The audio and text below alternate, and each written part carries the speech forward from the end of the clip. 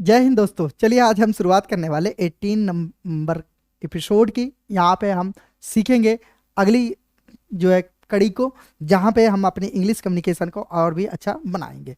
Is that clear? I hope कि आप लोगों को यहाँ तक समझ में आ चुका होगा। चलिए देखिए, इंग्लिश लिखना सीखे, इंग्लिश पढ़ना सीखे, इंग्लिश समझना सीखे, इंग्लिश बोलना सीखे, जीरो से हीरो तक की क्लास जो आपकी चल रही है ये कोर्स। इस कोर्स में मैंने आपको कई बार स्टार्टिंग वीडियो में बता रखा है कि आप ब्रिल्स का न्यूज़पेपर पढ़िए, राइटिंग करिए, आप प्रतिदिन 1 घंटा करते रहिए। जो लोग सीरियल नंबर से वीडियो को देख रहे होंगे, 1 नंबर से वीडियो से, तो वो लोग इस बात का ध्यान रखें कि पहले ही दिन से आपको लिखना चालू करना होगा। अब तक 18 दिन हो चुका है, आपको अच्छे तरीके से आपको लिखना उखना आ चुका होगा। आई होप कि मुझे पूरी उम्मीद है। आगे चलते हैं वीडियो में देर ना करते हुए। ध्यान से समझिए, यहाँ पे मैंने लास्ट वाली वीडियो में बताया कि आपको इंट्रोगेटिव सेंटेंस के बारे में। पहले ध्यान से समझिए, मैंने आपको लास्ट वाली वीडियो में बताया है इंट्रोगेटिव सेंटेंस। इंट्रोगेटिव सेंटेंस का मतलब, ध्यान से समझिए, पहले इंट्रोगेटिव सेंटेंस का मतलब मैंने आपको लास्ट वाली वीडियो में बताया है प्रश्नवाचक वाक्य। प्रश्नवाचक वाक्य का मतलब मैंने आपको बताया है कि यानी सवाल वाले बात, यानी सवाल कैसे किया जाता है, मैं ये आपको बता चुका हूं। मैंने बता दिया है कि आपको सवाल 2 तरीके से पूछा जाता है। एक तो यस या नो में जवाब जिसका दिया जा सके। Is that clear? एक जिसका यस या नो में जवाब ना दिया जा सके, यस या नो में जवाब ना दिया जा सके। ये 2 तरीके का मैंने लास्ट वाली वीडियो में बताया है आपको। आई होप कि ये आपको अच्छी तरीके से समझ में आ गया होगा। प्रश्नवाचक वाक्य यानी सवाल पूछने वाले जवाब, सवाल पूछने वाले बात। Is that clear? अब आगे चलते हैं हम लोग। यहां आप देखिए, नोट लिखा है, गांधी जी के नोट की फिर नई बात हो रही है। ये बात को हमेशा ध्यान रखें। क्या पता है कुछ लड़के गलतफहमी में हो कि गांधी जी के नोट की बात कर रहे हैं सर। यहां आप देखिए, नोट, इनको बनाने के कुछ नियम है भैया। क्या है? नियम है। और नियम क्या है? कानून क्या है? इस कानून को, नियम को अच्छे तरीके से समझ लेते हैं कि क्या नियम है, क्या कानून है इनका, क्या संविधान है। Is that clear? जैसे पहला नियम मैंने आपको बताया है कि इंट्रोगेटिव सेंटेंस के जो लास्ट वाली वीडियो है कि 2 तरीके के सवाल होते हैं। एक तो पहला यस या नो में जिसका जवाब दिया जाता है, दूसरा जिसका यस या नो में जवाब नहीं दिया जा सकता। तो उसके नियम भी है जो यहां पे लिखा है। तो उसका पहला नियम ध्यान से समझिए। पहला, हेल्पिंग वर्ब से बनाया जाता है। हेल्पिंग वर्ब से बनाया जाता है मतलब जी, हेल्पिंग वर्ब क्या है पहले इस चीज को ध्यान से समझ लीजिए। देखिए, एक प्रकार से पहले इस चीज को और कॉन्सेप्ट को समझिए। पहले टेंस में, ये जो टेंस है, ये जो ग्रामर है, ग्रामर में, और इसी टेंस की बात कर रहा हूं तो स्पोकन में, इसमें हेल्पिंग वर्ब और मेन वर्ब, ठीक है, जो हेल्पिंग वर्ब होती है, ये मेन वर्ब होती है, ये मुख्य रूप से अलग अलग होती है। पहले ध्यान से समझिएगा। उसके बाद इसी में मॉडल भी आता है, इस बात को भी समझिए। फिर लिंकिंग वर्ब, एक्सिलरी वर्ब, दुनिया भर के वर्ब आते हैं, ठीक है। लेकिन हमको क्या करना है, हमको तो इंग्लिश स्पोकन पढ़ना है, हमको तो कोई टेट का पेपर तो देना नहीं है। ये क्योंकि ये कोर्स ही उन लोगों के लिए है जो बेचारे कभी स्कूल वगैरह ना गए हों। यानी ये कोर्स उन लोगों के लिए है जिनको पेपर का, जिनको यूपीएससी का एग्जाम नहीं देना, जिनको डीएम नहीं बनना, जिनको कलेक्टर नहीं बनना, जिनको एसआई नहीं बनना। क्योंकि ये तो वो लोग पढ़ रहे हैं जो इंग्लिश की वजह से जिनका हाथ तंग है। इट मीन्स अगर कोई बेचारा बनिए की दुकान खोल रखा है, जनरल स्टोर खोल रहा है, लेकिन उसकी इंग्लिश बहुत कमजोर है, तो ये उसके लिए है, पहली चीज। दूसरा, जो बेचारा 10 तक पढ़ाई करके होटल में नौकरी कर रहा है, लेकिन उसकी इंग्लिश की वजह से ग्रोथ नहीं हो पा रही है, बेचारा आगे कुछ कर नहीं पा रहा है, ये कोर्स उसके लिए है। कोई ब्यूटिशियन की लेडीज दुकान खोल रखी है, काम तो बहुत अच्छा कर लेती है, लेकिन कोई प्रोफेशनल वहाँ पे क्लाइंट आ जाता है तो उससे बात करने में उसको हेजिटेशन महसूस होती है, इंग्लिश अच्छा बोल नहीं पाते, वो जो बोलता है वो समझ नहीं पाती, ये उसके लिए। दूसरा चीज, कोई लड़का अनपढ़ है या लगा लीजिए 8-10 तक पढ़ चुका है, लेकिन वो बाय द वे किसी तरीके से किसी हॉस्पिटल में काम करने लगा, तो वो बेचारा हॉस्पिटल पे, अब बेचारा वो वहीं से अपना जीविका चला रहा है, लेकिन वो चाहता है कि मेरी इंग्लिश थोड़ी सी मजबूत हो जाए। आई बात समझ में? तो ये क्लास उसके लिए। दूसरा कोई ड्राइवर वगैरह है जो गाड़ियां वगैरह चलाता है, लेकिन वो सोचता है कि मैं जो थोड़ा इंग्लिश कम्युनिकेशन स्ट्रांग कर लूं, जो अपने परिवार की पूरी जिम्मेदारियों को लेकर चलता है, लेकिन वो बेचारा जो जिम्मेदारियों के चक्कर में आकर जिम्मेदारियों के नीचे इतना दब जाता है कि वो अपनी पढ़ाई नहीं पूरी कर पाता। तो ये इंग्लिश स्पोकन क्लास फ्री में उन लोगों के लिए है जो अपनी इंग्लिश कम्युनिकेशन को सुधार कर अच्छे तरीके से वेल एजुकेटेड लोगों की अच्छी जो है बातों को अच्छे तरीके से समझ सके, ताकि उन्हें कोई बेवकूफ मार्केट में ना बना सके। Is that clear? आगे चलते हैं। कभी कभी ऐसा भी होता है कि जो लड़के ज़्यादा पढ़े लिखे नहीं होते, लेकिन फिर भी वो बहुत ज़्यादा अच्छी ग्रोथ कर जाते हैं, अच्छा बिजनेस ओपन कर लेते हैं, अच्छी जगह पे पहुंच जाते हैं, तो वहाँ पे उनको इंग्लिश स्पोकन काम देता है। इंग्लिश कम्युनिकेशन वहाँ पे बहुत ही ज़रूरी हो जाता है उनके लिए, तो जिसकी वजह से वो अच्छे तरीके से अच्छे लोगों से डील करते हैं। Is that clear? I hope कि आप लोगों को ये समझ में आ गया होगा। दूसरा चीज़, ग्रामर का रट्टन या ग्रामर वो बिल्कुल वो लोग पढ़ते हैं जिनको ये state, TGT, PGT, net, UPSI, GD ये सब क्रैक करना होता है, एनडीए। ओके, ये जो जिन लोगों को क्रैक करना होता है, ये लोग वो ग्रामर में डिटेल से पढ़ते हैं। हेल्पिंग वर्ब क्या आता है, लिंकिंग वर्ब क्या आता है, मॉडल क्या होता है, मेन वर्ब क्या होता है, ये सब पूरा डिटेल से पढ़ते हैं। Is that clear? लेकिन हम क्या करेंगे, यहाँ पे हम लोग एक ही में सब कुछ घुसेड़ के पढ़ते हैं। आई बात समझ में? क्यों? क्योंकि हम लोगों को तो सिर्फ स्पोकन से मतलब है। Is that we need to only speak. हमें सिर्फ क्या है आवश्यकता है, बोलने की आवश्यकता है। तो बोलने के लिए आप लोग टेंशन मत लीजिए, बोलने के लिए आप लोग टेंशन मत लीजिए। यहाँ पे इसीलिए मैंने पहला तो हेल्पिंग वर्ब से बनाया जाता है, यानी इसमें क्या है कि कई चीज़ों को समावेश कर दिया गया है, यानी कई चीज़ों को एक ही में डाल दिया गया है, बहुत ज़्यादा इसे डीपली नहीं बताया गया।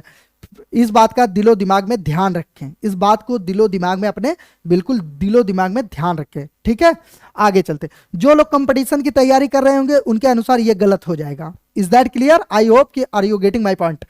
Are you get? Okay, next चलते हैं। यहां पे देखिए, यहां पे सवाल है। चलिए, यहां पे पहला नियम है, मैंने बता दिया आपको, पहला नियम में हेल्पिंग वर्ब से बनाया जाता है। पहला क्या है हेल्पिंग वर्ब? एक डू है, डज है, डिड है, इज है, एम है, आर है, वाज है, वर है, कैन है, कुड है, मे है, माइट है, हैड है, विल है। यहां पे इतने हेल्पिंग वर्ब दिए गए हैं, लेकिन ऐसा नहीं है कि और भी हेल्पिंग वर्ब होते हैं, बहुत सारे हेल्पिंग वर्ब होते हैं। सिर्फ हमने वर्ब को दो भागों में यहाँ पे डिवाइड कर दिया है यहाँ पे। Is that clear? कि हेल्पिंग, यहाँ पे मैंने एक वर्ब को बताया है, हेल्पिंग वर्ब सिर्फ बता रहा हूं अभी। हेल्पिंग वर्ब ये मैं आपको यहाँ पे बता रहा हूं, यानी हेल्पिंग वर्ब में बहुत सारे वर्ड यहाँ पे हम लोग और भी ऐड कर सकते हैं, ऐसा नहीं है, बहुत सारे हैं। Is that clear? आगे चलते हैं। दूसरा, प्रश्नवाचक शब्द से बनाया जाता है। प्रश्नवाचक शब्द से बनाया जाता है मतलब एक ऐसा शब्द जिससे सवाल किया जाता हो। कैसा शब्द जिससे सवाल किया जाता हो? जैसे क्या, ये जो क्या है ये जो है एक सवाल करता है। जैसे वह खाना खाया, क्या, तो आप ये क्या जो वर्ड है इससे सवाल पैदा होता है। आई बात समझ में? शीशा किसी ने तोड़ दिया, तो किसने तोड़ा, ये सवाल, ये वर्ड जो है सवाल वाला है। आ रहा है, कौन आ रहा है, ये जो कौन है हिंदी का, ये जो कौन है हिंदी का, ये सवाल पैदा करता है। आई होप कि ये बात आप लोगों को बहुत अच्छी तरीके से समझ में आ रही होगी।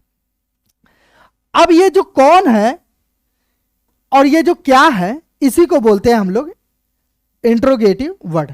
इट मींस दूसरा प्रश्नवाचक शब्द से बनाया जाता है। यानी जो सवाल है, पहला सवाल तो आपका हेल्पिंग वर्ब से बनाया जाता है, दूसरा आ गया आपका प्रश्नवाचक शब्द से बनाया जाता है। जो लास्ट वाली वीडियो में मैंने बताया कि इन दोनों को बनाने का तरीका बिल्कुल अलग है। ओके, अब ये दूसरा प्रश्नवाचक शब्द से बनाया जाता है। तो प्रश्नवाचक शब्द कैसे कैसे होते हैं? फिलहाल बहुत सारे प्रश्नवाचक शब्द होते हैं, लेकिन मैंने कुछ प्रश्नवाचक शब्दों को यहां पे देने की पूरी कोशिश की है। चलिए, पहला यहां पे लिखा हुआ है व्हाट, दूसरा when, where, who, how, who, why, how much, how many, which, whose, how long. ये सब मैंने देने की कोशिश किया है, जहां पे हम भिन्न भिन्न प्रकार से अलग अलग तरीके से सबका एक्सप्लेन डीपली पढ़ेंगे। Is that clear? आगे चलते हैं, आगे चलते हैं हम लोग।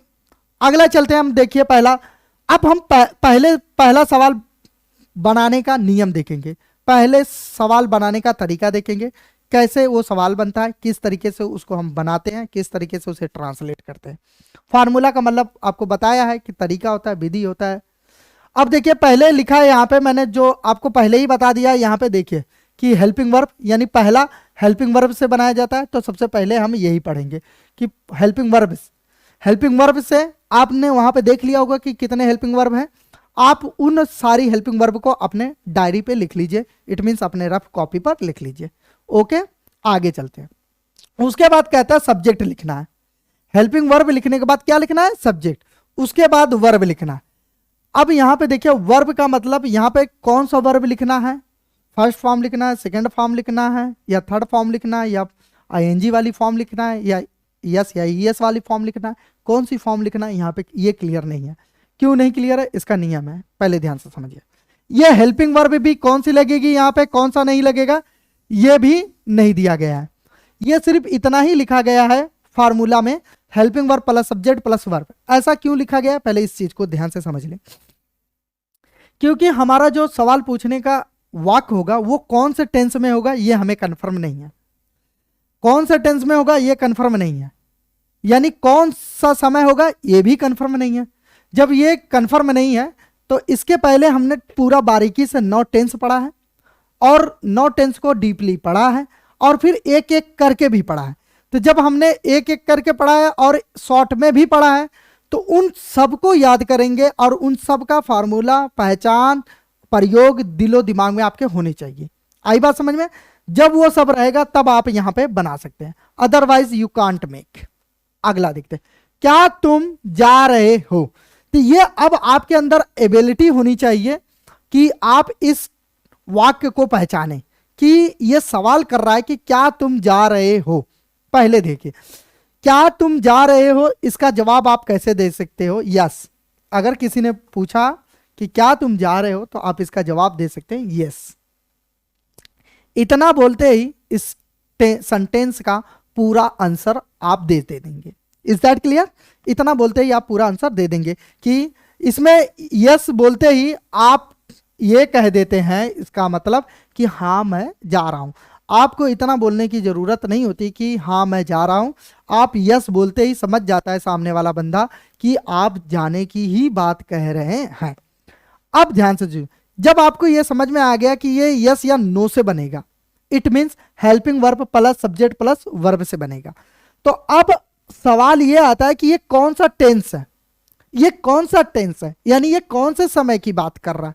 Is that clear? वो समय आपको पता करना पड़ेगा, उस समय के साथ में कौन सी हेल्पिंग वर्ब लगती है ये आपको पता करना पड़ेगा। तो सबसे पहले हेल्पिंग वर्ब लिखना। अब ये क्या तुम जा रहे हो, तो ये कौन सा टेंस है? ये प्रेजेंट कॉन्टिन्यूअस टेंस है। क्या तुम जा रहे हो, ये क्या है? प्रेजेंट कॉन्टिन्यूअस टेंस है। प्रेजेंट कॉन्टिन्यूअस टेंस है तो ये सवाल है। सवाल है तो कौन सा? इंट्रोगेटिव सवाल है। इंट्रोगेटिव का मतलब सवाल पूछ रहा है, यानी इंट्रोगेटिव सेंटेंस है, प्रश्नवाचक वाक्य है। अब जब प्रश्नवाचक वाक्य है तो प्रेजेंट कॉन्टिन्यूअस टेंस है, तो आपको पता करना पड़ेगा इसमें सब्जेक्ट कौन है। जिस हिसाब का सब्जेक्ट होगा उसी हिसाब का हेल्पिंग वर्ब लगेगा। ध्यान से समझिए, जैसे आपको यह पता होना चाहिए प्रेजेंट कॉन्टिन्यूअस टेंस का फार्मूला क्या है। ध्यान से समझिए, प्रेजेंट कॉन्टिन्यूअस टेंस का फार्मूला है subject plus is, am, are plus verb में आईएनजी। ये फार्मूला है आपका। अब ये फार्मूला है तो इस फार्मूला हमेशा आपके दिलो दिमाग में होना चाहिए। जब तक ये फार्मूला आपको दिलो दिमाग में नहीं रहेगा तब तक आप कान नहीं बना सकते। अब कह रहा है इसमें नियम है कि सबसे पहले हेल्पिंग वर्ब रख लीजिए। तो ये देखिए हेल्पिंग वर्ब इनमें है। अब तुम के साथ हेल्पिंग वर्ब क्या लगता है? आर लगता है, तो यहां पे लिख देंगे पहले आर। अब आपने यहां पे हेल्पिंग वर्ब लगा लिया, उसके बाद कहता है सब्जेक्ट लगाइए, यानी जाने का काम कौन कर रहा है? तुम की इंग्लिश क्या होती है? यू। तो आपने लिख दिया यहां पे आर यू। आई होप कि आप लोगों को ये बिल्कुल अच्छी तरीके से समझ में आ चुका होगा। तो लिख दिया आपने आर यू, लिख दिया। उसके बाद कहता है वर्ब। अब जिस हिसाब का टेंस है उसी हिसाब का वर्ब लगा लीजिए। तो क्या तुम जा रहे हो? Are you. अब वर्ब क्या है? जाना। जाने की अंग्रेजी होती है गो। अब गो में क्या लगता है? आईएनजी, तो गोइंग। आर यू गोइंग और क्वेश्चन मार्क बन गया। आर यू गोइंग, अब इसका जवाब आप दे सकते हैं यस। अगर आप जा रहे हैं तो यस में दे दीजिए, और नहीं जा रहे हैं तो नो में दे दीजिए, नो, दोनों। इस तरीके से आपका इंग्लिश का सेंटेंस बनेगा और आप अपनी कम्युनिकेशन स्किल को बहुत अच्छा बना सकते हैं। Is that clear? I hope कि आपको यह बहुत अच्छी तरीके से समझ में आ गया होगा। अगला वाक्य देखिए, एक वाक्य और मैं आपको बना के दिखा रहा हूं। यहां पे एक वाक्य है, क्या तुम पढ़ रहे हो? ध्यान से समझिएगा, ये भी देखिए प्रेजेंट कॉन्टिन्यूअस टेंस है।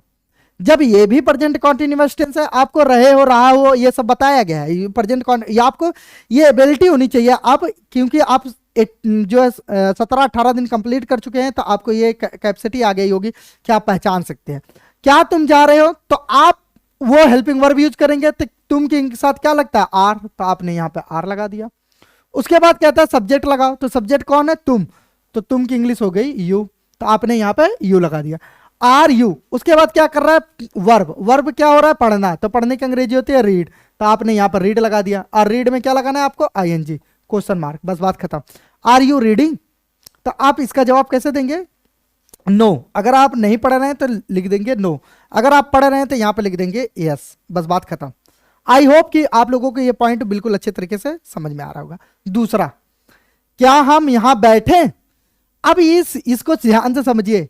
मैंने एक नियम पढ़ाया था आपको एक सिंपल फ्यूचर टेंस में, कि सेल का नियम, जो अधिकतर मैंने बताया था कि सेल बहुत पुराने समय में यूज करते हैं। तो यहां पे वो परमिशन मांग रहा है कि क्या मैं यहां बैठूं, तो इसके साथ में क्या लगता है? सेल लगता है। तो सेल के, अब सब्जेक्ट क्या है? वी, तो सेल वी। अब क्या है? सीट मतलब बैठना होता है, और यहां की इंग्लिश हो गई हियर, सवाल, interrogative. Shall we sit here, इसका जवाब आप यस या नो में दे सकते हैं, यस या नो। देखिए ध्यान से समझिए, यस या नो में आप इसका जवाब दे सकते हैं। आगे देखिए, क्या मैं जाऊं, फिर पूछ रहा है क्या मैं जाऊं, तो सेल फिर लगेगा यहां पे, सेल, मैं की इंग्लिश आई, अब जाने का अंग्रेजी गो, बस हो गया, फुल। ये नियम आपको याद होना चाहिए, फार्मूला याद होना चाहिए, प्रयोग याद होना चाहिए, पहचान याद होना चाहिए। मैं देखिए कई बार कह रहा हूं कि जब तक याद नहीं रहेगा तब तक आप कुछ नहीं कर सकते। क्या मैं रुकूं, अब देखिए तो यहां पे भी सेल का यूज होगा, सेल आई स्टे, स्टे मतलब होता है रुकना, ठहरना, सेल आई स्टे। अगला देखिए, क्या मैं कुछ बोलूं, तो मैं यूज है सेल आई स्पीक, कुछ की अंग्रेजी होती है समथिंग। क्या मैं कुछ बोलूं, इंट्रोगेटिव का चिन्ह, सवाल। आई बात समझ में? अगला देखिए, क्या हम रुके, कौन रुके? हम, तो हम की इंग्लिश क्या होती है? वी, तो फिर यहां पे सेल लगाएंगे आप बिना सोचे समझे, सेल वी। रुकने की अंग्रेजी मैंने आपको ऊपर बताई अभी, स्टे होती है, फुल स्टॉप, इंट्रोगेटिव का चिन्ह बन गया इंग्लिश का सेंटेंस आपका। ये आपको बहुत अच्छी तरीके से समझना पड़ेगा, जब तक आप समझेंगे नहीं तब तक आप सॉल्व नहीं कर सकते। देखिए ये बहुत इंपॉर्टेंट टॉपिक है, ये बहुत इंपॉर्टेंट टॉपिक है। ये ठीक उसी तरीके से इंपॉर्टेंट टॉपिक है जिस तरीके से अर्जुन को अस्त्रों की जरूरत, अस्त्र और शस्त्र की जरूरत पड़ती थी युद्ध में, उसी तरीके से आपको टेंस की बहुत जरूरत पड़ेगी। टेंस की पहचान, क्या वह आ रहा है, अब ये टेंस पहचानिए कि ये टेंस कौन सा है, ये प्रेजेंट कॉन्टिन्यूअस का टेंस है। क्या वह आ रहा है, तो अब सवाल है ये, इसका आप यस या नो में जवाब दे सकते हैं। जब आप इसका यस या नो में जवाब दे सकते हैं तो क्या लगाएंगे? वह के साथ क्या लगता है? इज लगता है, तो यहां पे लिखेंगे इज। अब लिखना है सब्जेक्ट, तो ही लिख दिया आपने, इज ही। यहां पे देखिए ध्यान से, इज ही, आने की अंग्रेजी क्या होती है? कम, और कम में क्या घुसड़ना? ING, is he coming, is he coming. दूसरा, क्या वह आएगा, अब ध्यान से समझिए, यहां पे कौन सा ये टेंस है? ये सिंपल फ्यूचर का टेंस है। आपको पता होना चाहिए सिंपल फ्यूचर का फार्मूला होता है subject plus will plus verb की फर्स्ट फॉर्म, ये फार्मूला होता है सब्जेक्ट। अब यहां, लेकिन यहां पे फार्मूला क्या है? सबसे पहले हेल्पिंग वर्ब यूज करना, तो पहले विल यूज कर देंगे, तो विल, उसके बाद क्या लगाना है? सब्जेक्ट, तो यहां पे लिखेंगे सब्जेक्ट। कौन आने का बात कर रहा है? वह, तो वह की इंग्लिश ही, विल ही कम, हो गया इंग्लिश, बन गया इंग्लिश, विल ही कम। अगला देखिए, क्या ट्रेन आ गई है, अब ध्यान से समझिए, इसे पहचानने की जरूरत है। यह है आपका प्रेजेंट परफेक्ट टेंस। देखिए मैं आपको बता रहा हूं, लेकिन आपको अपने से खुद प्रैक्टिस करनी है। जब तक आप प्रैक्टिस करेंगे नहीं तब तक आप कुछ नहीं कर सकते। आप अपने से हिंदी का सेंटेंस भी बनाना सीखिए। हिंदी का सेंटेंस बनाकर आप अपने आप से खुद सवाल करिए। कैसे सवाल करना है? कांच के सामने बैठ जाइए मिरर में, अगर आपके साथ कोई पार्टनर नहीं है बात करने के लिए तो आप जो है मिरर में बैठ जाइए, मिरर के सामने वॉइस रिकॉर्डिंग ऑन करके आप सवाल करिए सामने मिरर में अपने आप से, और फिर खुद ही जवाब दीजिए। इससे आपकी इंग्लिश कम्युनिकेशन बहुत ही अच्छी इंप्रूवमेंट होगी। क्या ट्रेन आ गई है? तो अब यहाँ पे लगेगा, ये पास्ट प्रेजेंट परफेक्ट का टेंस है, तो फार्मूला है हैज ट्रेन कम। कम की थर्ड फॉर्म कम ही होती है, has train come. I hope कि आप लोगों को बहुत अच्छी तरीके से ये समझ में आ गया होगा, मुझे पूरी उम्मीद है। जिन लोगों को नहीं समझ में आ रहा है कमेंट सेक्शन में जरूर पूछेंगे। आगे चलते हैं। क्या वह खाना खा चुका है? अब ध्यान से दीजिए, ये भी प्रेजेंट परफेक्ट टेंस है, तो क्या लगेगा? Has he. ईट का मतलब होता है खाना, खाना, eaten, question mark, has he eaten. अगला, क्या तुम खा चुके हो? तो क्या लगेगा? हैव लगेगा। हैज और हैव का यूज मैंने फर्क इसका बाकायदे प्रेजेंट परफेक्ट टेंस की वीडियो में बता रखा है। Have you eaten? क्या तुम खाना खा चुके हो? इस तरीके का हम लोग डेली रूटीन में बोलते हैं। क्या मोहन सो चुका है? तो मोहन थर्ड पर्सन है तो लग जाएगा हैज मोहन स्लेप्ट। स्लेप्ट मतलब होता है सोना। हो गया इंट्रोगेटिव का चिन्ह, बस बन गया। देखिए बहुत ही जबरदस्त है, इस टॉपिक को छोड़िए मत, इस टॉपिक को ध्यान से पढ़िए। अगर एक बार नहीं समझ में आ रहा है दोबारा देखिए, तिबारा देखिए, 4 बार देखिए। ये वीडियो इसलिए बनाई जा रही है ताकि आप बार बार इसको देख सके, क्योंकि अगर आप स्पोकन क्लास ज्वाइन कहीं करते हैं तो आपको एक दिन में एक टॉपिक पढ़ाई गई है तो दूसरे दिन वो टॉपिक सिर्फ आप पूछ सकते हैं, थोड़ा सा एक्सप्लेन किया जा सकता है, लेकिन ऐसा नहीं है कि वो पूरी ही की पूरी क्लास नेक्स्ट डे चलाई जाएगी। अगर मान लीजिए किसी कहीं कहीं पर चला भी दिया गया तो अगले दिन फिर से पूरी क्लास उसको नहीं चलाई जा सकती है। लेकिन ये वीडियो क्या है, आप एक बार नहीं 10 बार देख सकते हैं, 10 बार नहीं 15 बार देख सकते हैं, 15 बार नहीं 20 बार देख सकते हैं। आप जितनी बार देखेंगे उतना ही आपका कॉन्सेप्ट आपका क्लियर होगा। Is that clear? I hope कि आप लोगों को ये बिल्कुल समझ में आ रहा होगा। चलिए आगे देखते हैं। क्या ट्रेन आ रही है? तो ट्रेन आ रही है प्रेजेंट कॉन्टिन्यूअस का टेंस है, तो यहाँ पे लिखेंगे इज। तो आप यहाँ पे लिख लीजिए इज। ट्रेन है तो ट्रेन की स्पेलिंग लिख लीजिए यहाँ पे ट्रेन।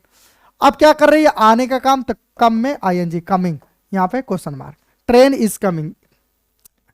अब इसका जवाब भी ऐसे दे सकते हैं आप, train is coming, train is coming. या तो आप यस या नो में जवाब दे दीजिए, इसका यस या नो में जवाब दे सकते हैं। क्या ट्रेन जा रही है? तो क्या होगा इंग्लिश? Is train going? क्या ट्रेन जा रही है? अब यहां पे क्वेश्चन मार्क। आप इसका जवाब कैसे देंगे? ट्रेन इज गोइंग, ट्रेन क्या जा रही है। ध्यान से समझिए इस चीज का जो मैं बता रहा हूं, ये वाला जो दूसरा सेंटेंस मैंने बताया यहाँ पे देखिए, एक यहाँ पे बताया, एक यहाँ पे बताया, इसका आंसर यही हम लोग सिंपल प्रेजेंट टेंस में उसमें सॉरी जो पूरा टेंस पढ़ा है हमने, 9 टेंस पढ़ा है एक एक करके, और फिर एक शॉर्ट वीडियो में 9 टेंस पढ़ा है, इसी सेंटेंस को हमने पढ़ा है। इस सेंटेंस को बोलते हैं असर्टिव सेंटेंस। असर्टिव सेंटेंस का मतलब होता है सकारात्मक वाक्य, असर्टिव सेंटेंस से बोलते हैं। कौन सा सेंटेंस बोलते हैं ग्रामर का? Assertive sentence. असर्टिव सेंटेंस का मतलब होता है सकारात्मक वाक्य, यानी सवाल का जवाब, सवाल का जवाब। आई होप कि आपको समझ में आ गया। क्या तुम गए थे? अब देखिए क्या तुम गए थे, अब ये कौन सा टेंस है ये आपको पहचानना पड़ेगा कि ये गए थे, यानी ये कौन सा? पास्ट परफेक्ट है। कभी कभी लोग सिंपल पास्ट में भी इसे ट्रांसलेट करते हैं, लेकिन फिलहाल पास्ट परफेक्ट में ट्रांसलेट करेंगे। तो हैड यू गॉन, क्या तुम गए थे, फुल स्टॉप, यहाँ पे सॉरी क्वेश्चन मार्क। आई होप कि आप लोगों को ये बिल्कुल अच्छी तरीके से समझ में आ रहा होगा। क्या तुमने सुना? सुना है। अब ये देखिए ये आपका प्रेजेंट परफेक्ट है, तो हैव यू, हियर मतलब होता है सुनना, हियर क्वेश्चन मार्क, ये यहां पे लिख देंगे। इसका चाहे तो जवाब दे सकते हैं आई हैव हियर्ड। क्या उसने सुना? तो हैज लग जाएगा, ये भी प्रेजेंट परफेक्ट है, has he heard question mark. क्या तुम सच बोल रहे हो? यानी present continuous tense. Present continuous tense तो तुम है तो आर लगेगा you. Are you speaking truth? क्या तुम सत्य बोल रहे हो, क्वेश्चन मार्क। अगला देखिए, क्या वह सच बोल रहा है? थर्ड पर्सन है, तो यहां पे लग जाएगा इज ही स्पीकिंग ट्रूथ। चलिए, आई होप कि आप लोगों को ये बिल्कुल अच्छे तरीके से समझ में आ गया होगा। क्या तुम किताब लाए हो? अब आप इसका जवाब दे सकते हैं, क्या तुम किताब लाए हो, यानी प्रेजेंट परफेक्ट टेंस है, तो have you brought, BROGST, brought book, क्या तुम किताब लाए हो, इंट्रोगेटिव का चिन्ह।